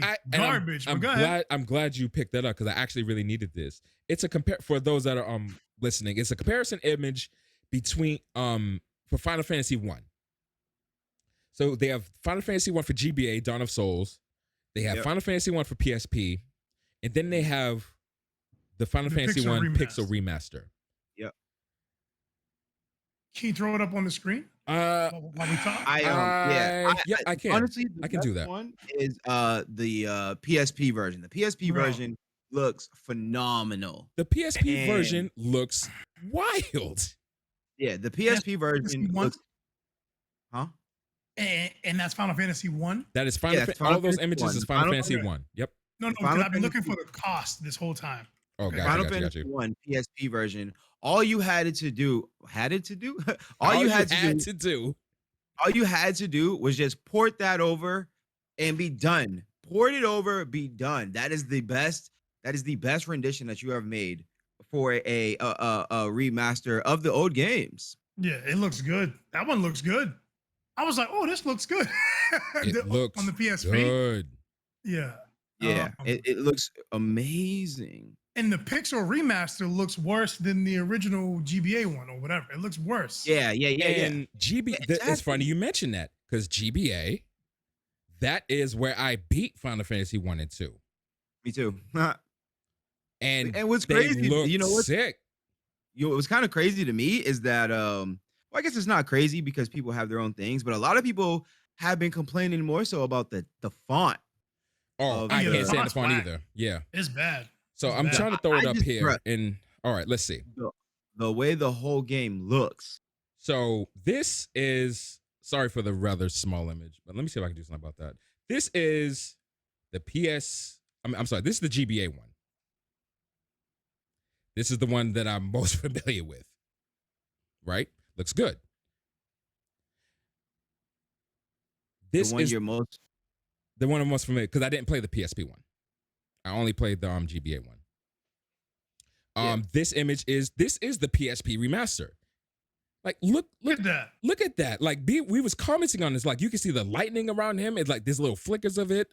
The sprites are nice and well sized. You know, the background kind of looks like an early version of like the dioramas that Mistwalker was working with recently. Everything's nice and detailed. The font is nice. I'm not really a fan of the font, but the font's nice. Things like that. The characters are an appropriate size. The characters are appropriate size in relation to your opponent, and everything else. In relation to the entire world, everything you're seeing on the screen. And then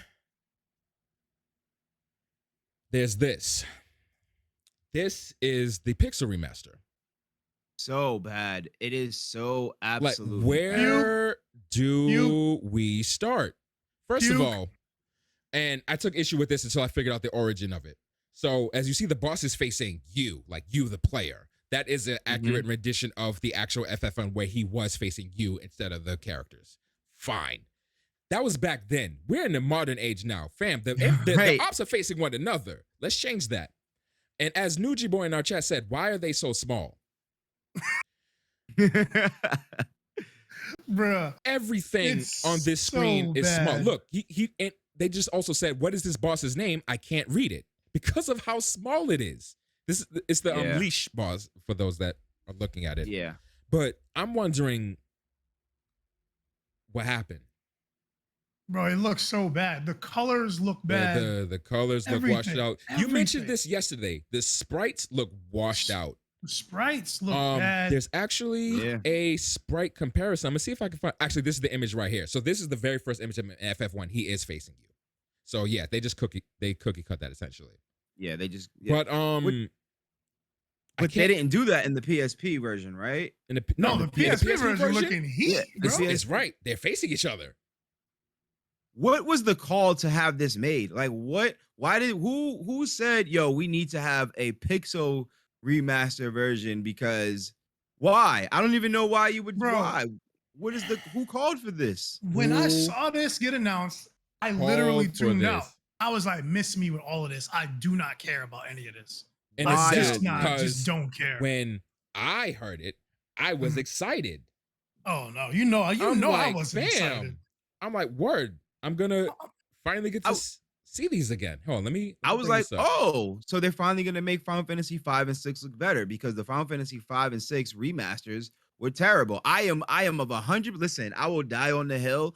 I am 100% like in the belief that they paid some college student like $5,000 to open up RPG Maker and go remake Final Fantasy 5 and 6 so they can just make stupid money on it, because that's how I feel about it. Like, it looks so bad. It looks so bad. Look at the differences.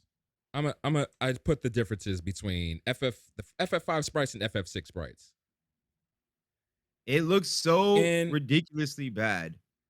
Like, and what you're showing right now, those are the remasters for iOS, right? For mobile. And so mobile. The top row is SNES, how they originally looked. The 2013 is iOS, like you said, and the bottom one is quote new. So you really want to compare the top and the bottom. Yes, because the middle ones are absolute, throw those away. Just throw them away. Like, they are brighter, yes, but at the same time, they look washed out.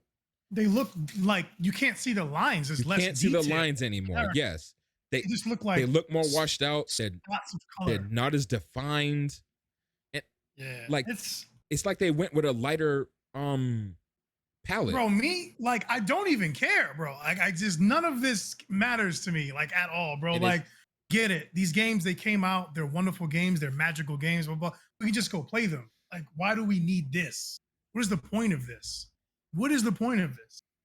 It's so dumb to me. It's like, yo, and if you were gonna do it, you should have did it like modern. Like, you should like at least make them look like perfect Octopath Traveler or Bravely Default 2, something like that. You said this is so stupid. Now, I want you two and everyone who's here with us and everyone who's listening right now, I want you to go to your browser right now and please type in 2D HD Dragon Quest 3. 2D HD Dragon Quest 3. Nuji Boy said Dragon Quest 3 is doing it in all caps. Oh, look at that. Perfect. This is exactly what I told you to do. Look up this game. Cool. Just look at for like 30 seconds. Yeah, I see. And now it's DQ3, what is it, remake? This is a remake. This, like, the angle that this is at, well, at least the screenshot I'm looking at, they're on the battlefield. It's like a knight, a wizard, and stuff. It reminds me of like if somebody like hyper remastered Golden Sun, like remastered, hyper remastered Gold, because Golden Sun came out on the GBA. Yep. But it looks like they like hyper remastered Golden Sun. Like, it looks dope. Now DQ3, if I'm not mistaken, came out on NES, like NES. Let me double check on that. 1988. So it's either Famicom or Super Famicom. It came out from one or the other. Yep. It came out on both, actually. It came out on both. DQ3 was just the first person, yeah? What could you see the sprites? Yeah. No, yeah. Back then, the Dragon. I don't know about DQ3, but Dragon Quest, yeah, I'm pretty sure. Yeah, it was all the way up until. And this is my point. This is my point. Like, they went from, nah, bro, we don't even got it like that. You just see the enemy, too. You get to see the party all laid out. Like, it looks so good. Like, Square, no one needed pixel remasters. No one needed that, bro. Is this fan made or is this like real? Oh no, it's Square Enix. That's them. Yeah, this is them. Why? Now, this is my question. You can do this, but you want to continually botch these Final Fantasy is your crown IP. Final Fantasy 14. It's Square Enix now. It's Square Enix. Square. Oh, wait, tease. That's kind of because Dragon Quest is also Dragon Quest is Enix.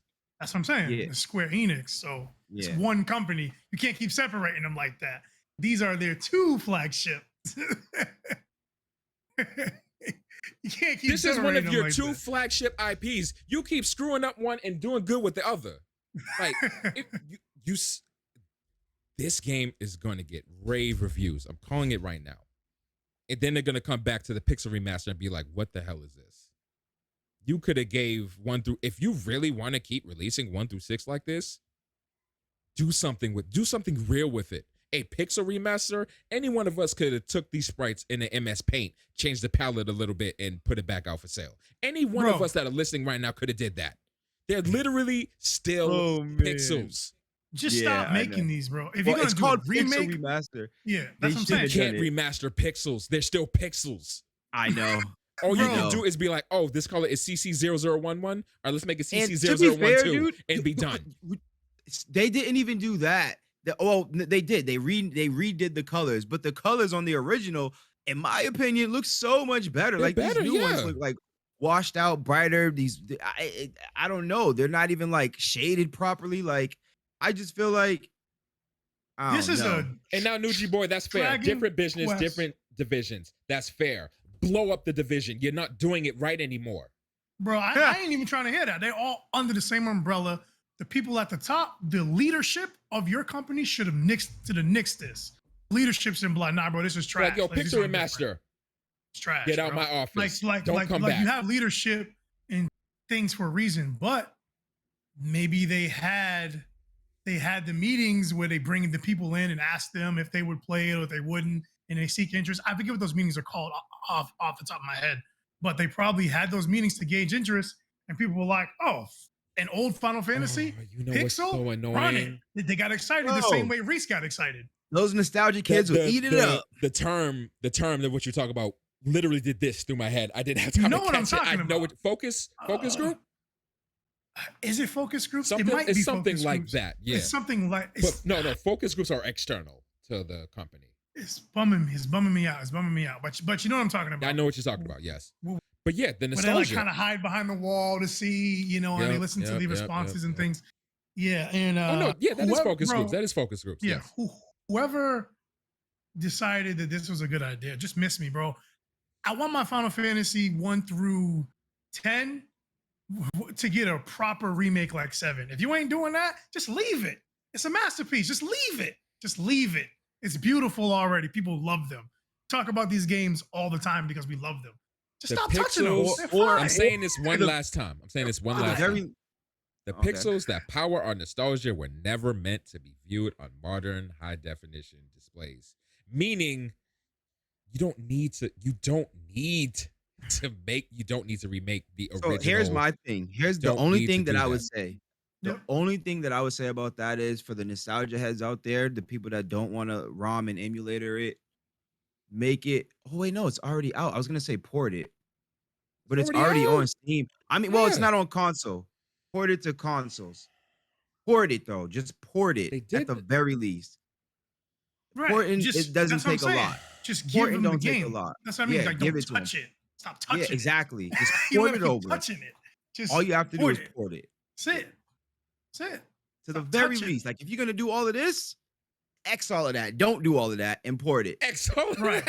Just you want to do this? Them to X that. Whatever. Yeah, just port them to all the consoles, because I'm sure these are free to go anywhere. They can go on PlayStation, Nintendo, they're everywhere. Yeah. Port them over, and we know you're Square, so you're gonna charge more than they cost. You're gonna charge $24.99. Just port them over and call it a day. Stop touching the masterpieces, bro. Like, you don't go repaint the Mona Lisa. Leave them alone, bro. Leave them alone. Honestly, I think I'm playing Final Fantasy VI right now. And I honestly wholeheartedly think that the Final Fantasy 6 version on Super Nintendo it's better looking than the GBA version. Like, it's clearly way more pixelated on the GBA than the SNES. SNES is so smooth, looks so good, so shaded well. Which is it's kind of funny. You would think with the smaller screen, the DPI would compensate for that and actually make it look smooth. Well, they went for a more, but they went for the more pixel. Yeah. Pixel. It's the pixel remaster on the GBA version. And I just think that it just port it, dude. Just port it. Yeah, literally the only thing you need to do, because once the discs are pressed, whatever bugs are in that code, that's your business. So just fix like the bugs, that would like cause weird sequence breaks and things like that, and then port the game over OG. You're right. Yeah. Don't try to upscale to 1080. Don't try to like add doors somewhere that wasn't there before. Just port the damn game. And I bet you'll make more sales than what you're about to make with these pixel remasters right now. I'll tell you that. Stop touching it, bro. If it's just as beautiful as the OG, oh yeah, absolutely. Just leave absolutely. it. Leave it. Leave it alone. Leave it alone. And I bet you in about 5 years from now, there's gonna be another one. Right, it's gonna be another special collection. Never lose. But they're gonna add 7. They're gonna add 7. Yep, they have to do 7, 8, 9. Like, the PS1 era, because they've just it's coming. It's coming up. It's coming, bro. You know it's coming. Because they've done PS1 era, they've done PS3 era, because they re-released 10 international version, 12 international version. And go ahead. PS1 now. Like, we got 7 remake, we got 8 remastered, and 9 remastered. Is that 9 remastered? J Negative Gaming just said that the fact that Square keeps screwing up Final Fantasy remasters and they make the Dragon Quest ones as well as they do is terrible. That's what I'm said. I'm starting to think that they play in favorites here. Like, I don't know, maybe the Final Fantasy series ain't really like it over here. Over on this side, it's probably booming, but like Final Fantasy over here and home and DQ over there. I got an idea about that same thing. My thought is, especially with over here, it's Final Fantasy, like Reese was saying, it's gonna sell. Don't matter. We don't gotta do much. It doesn't matter. It's gonna sell. But DQ, we gotta treat it special because it might not sell over here. Not a lot of people as adept or know about Dragon Quest. Like, if I ask the average person if they've heard of Final Fantasy or Dragon Quest that has never played a JRPG, they're probably gonna say Final Fantasy. Oh, absolutely. You know what I mean? At least on this side. That's what I'm saying. That's what I'm saying. Maybe over here. Yeah. So maybe with Final Fantasy, it's good both over here and over there. Like, it's not over there, it's not doing crazy like DQ is, but it's doing good over there. Right. And then over here, it's more so Final Fantasy. More so Final Fantasy. So they're trying to convince people to be on DQ over here, and they're just like showing it extra special attention. Because wasn't DQ 11 the breakthrough title? Breakthrough 11, like no, I thought it was 8. DQ was a thing. Oh, 8. It was 8. It was 8. Okay. So the thing about 8 is, and I didn't notice until I was watching another streamer. Shout out to Numi. That they ported. I don't know. They redid. They put DQ8 on the DS, but you could see the characters fight on the DS version. Yeah, you could not on the original PS2 version. Yeah. So they changed it. They made an update. They made it right. Like, it's so dope. Yeah, I mean, I digress how I feel about these whole things. Like, the moment I saw it, I was like, this is trash. Miss me. I'm not interested. Like, I was immediately disinterested. Mm-hmm. Sony is at the point where I am no longer hella hyped about what they're dropping. I'm worried. Like, okay, with Sony, what do you like? How are we gonna mess this up this time? Like, what are you doing this or Sony? time? I think you flipped them again. Oh, I did it again. I said Sony again. I'm in Square. I'm like, all right, Square, what's going on? What are you dropping? Yeah, Final Fantasy VII Remake is dope. It's amazing. And now they're doing a mobile remake of all the Final Fantasy VII stuff. Like, and some of the scenes look like 7R.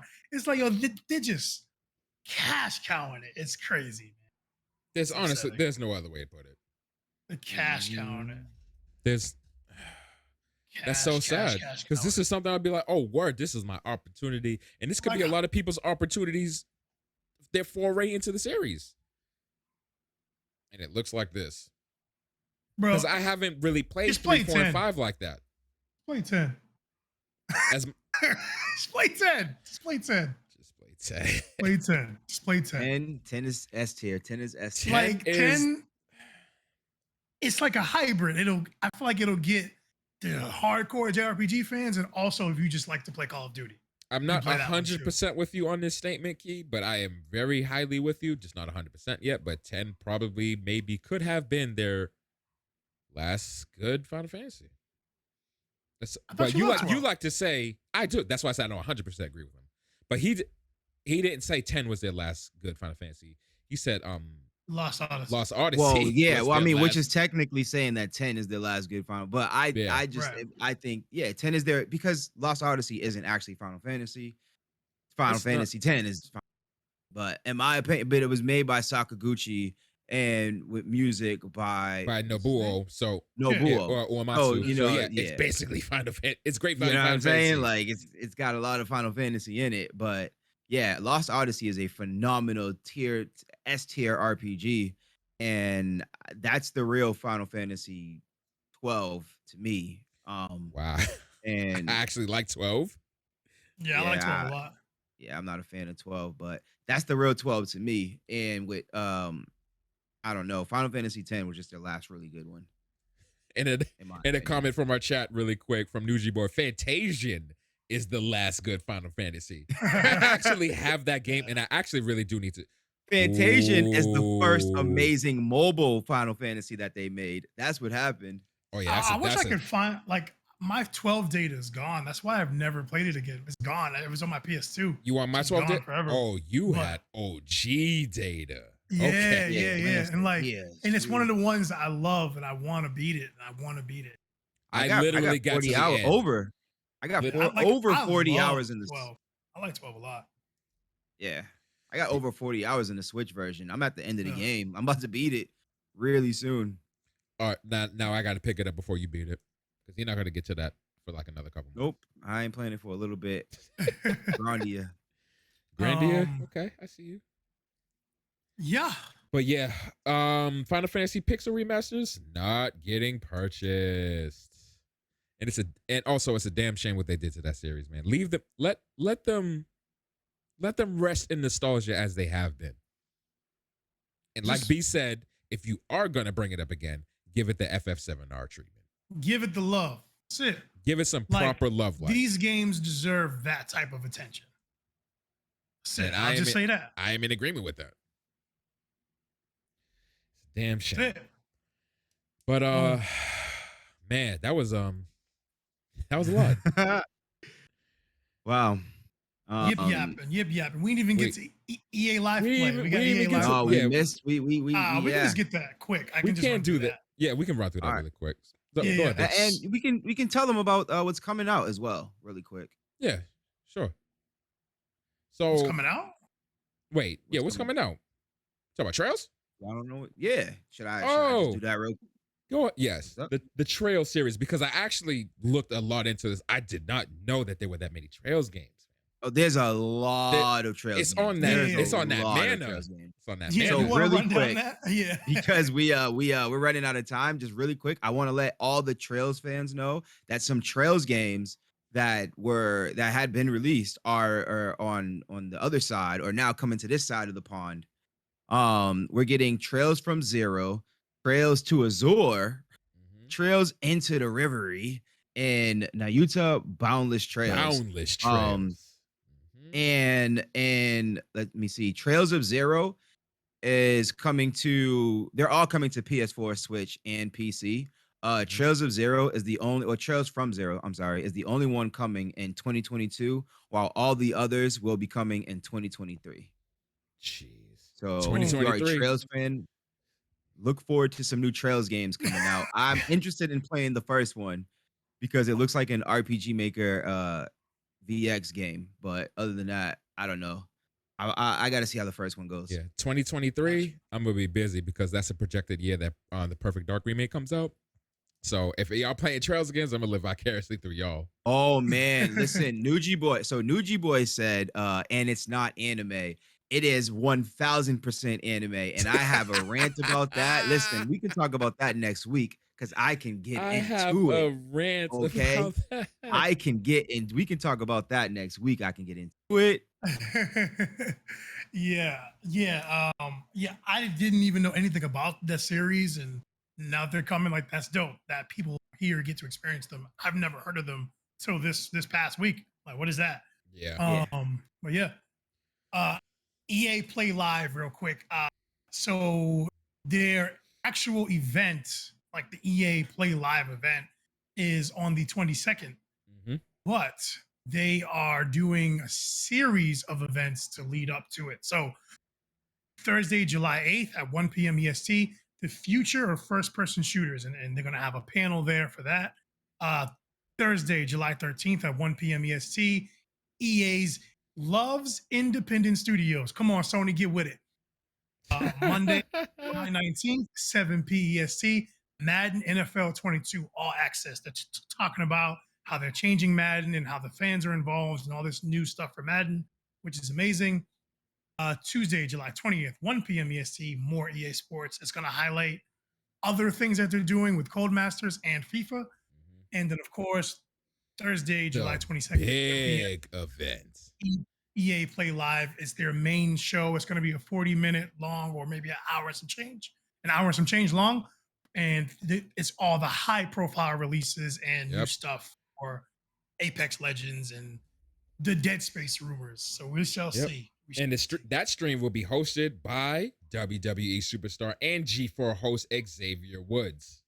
Boom. Like B said, gameplay reveals, giveaways, other surprises. Yeah, so they're kind of doing this kind of similar to the Game Show Awards, where they have their things like in the segmented into things. Like you said, the on the 13th, the indie developers. So the creators of It Takes Two and Knockout City will be talking about their games. I definitely want to hear about that because those are two fun games that I've been playing recently. And then Madden, I mean, I'm in FIFA, so I don't think I'll be spreading to any other sports games, but it'll be relatively interesting to see what they're doing with Madden 22. Yep. And then that's the EA Play Live. I'm excited to see it. The Indie Showcase is going to have, I believe, one of the main people from Velen Studios, which is the studio that made Knockout City, which is all the craze right now. Oh, you trying to get a game later? I'm down. I'm always down. Oh wait, it's not on Game Pass no more. Yeah, but if you already have it on the EA, you have it. Okay, all right, never mind. Are we good? Never mind. We good? You good? We good. All right, no, I guess we good. Yeah. All right, just making sure we're good. We're good. I was trying to run through that and restart it, asking questions about the stuff. I'm like, no, Key's laughing for a different reason. So yeah, with that being said, today was fire. And now you already know it's time for everybody's favorite segment, and that is B's Throwback of the Week.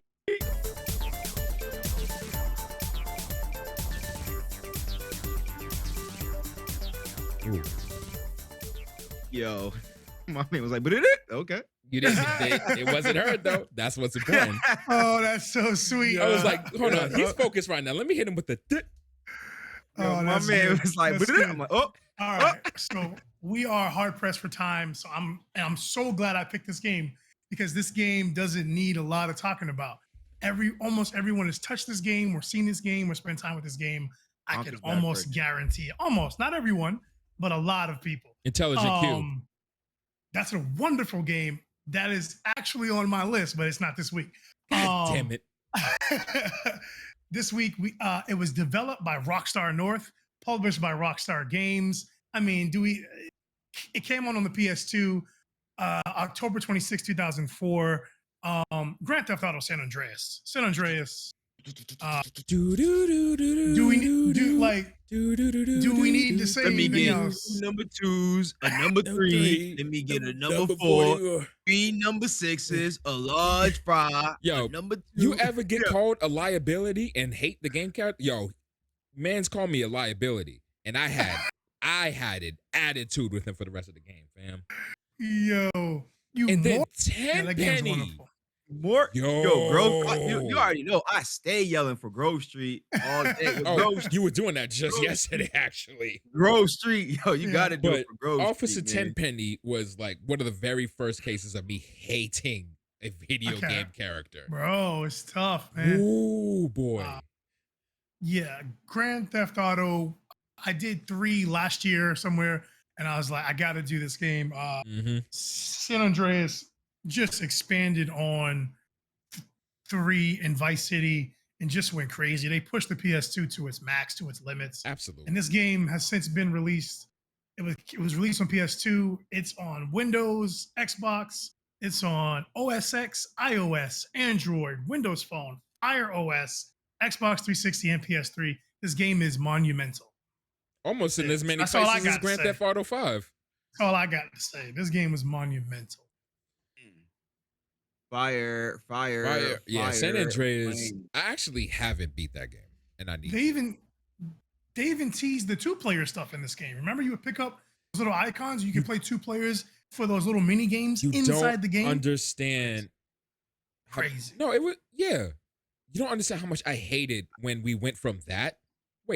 To GTA 4, which was nuts. We had nothing. Yeah, I was like, yo, we just had a blast. I remember we went to a friend of ours' house and we played it over there.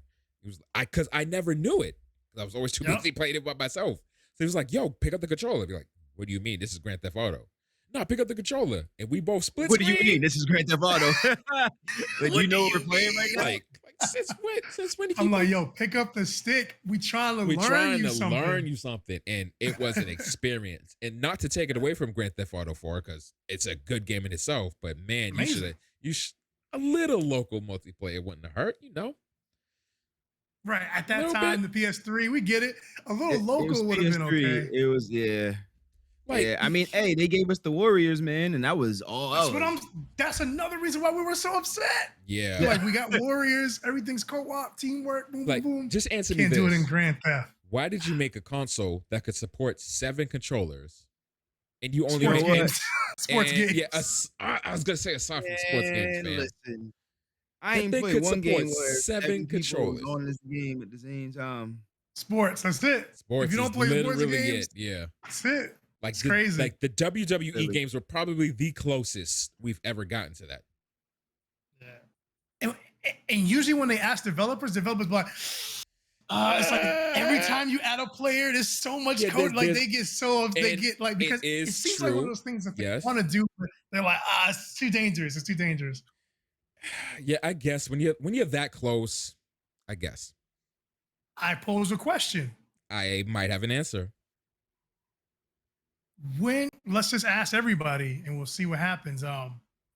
What game, or what series, or what company do you think will be the first to break that barrier and make it so there's like 6 to 7 player co-op, local and online, or Overwatch and or Nintendo Mario Party? Nah, Mario Party only recently became online. No, you said which would be the first to do it, and I'm saying Nintendo with one of their Mario Parties. Mario Party is only 4 players, though. Well, you asked me which one would be the first to do it, right? Okay. Yeah. No, I thought you meant the one that's already out. I'm like, huh? No, I was like, Nintendo Mario Party. I can see that. Okay. They love their couch games. You know what I'm saying? So I respect that. You know what I'm saying? I'm gonna say EA with some sports game. I think they're gonna do it first. I think it's going to be a indie developer. I don't want to say anyone specific because they always come up with these crazy indie ideas. That's not a bad something call. like what's the name of that game? It's this game where you're in space, you're on a spaceship, and you both got to control the robot at the same time. Something like on a more bigger scale than that. Yeah. Robots in a dangerous space helmet, something like that. That's the name of the game. I'm not saying exactly, but that's something like that. Yeah. But with more people on the board.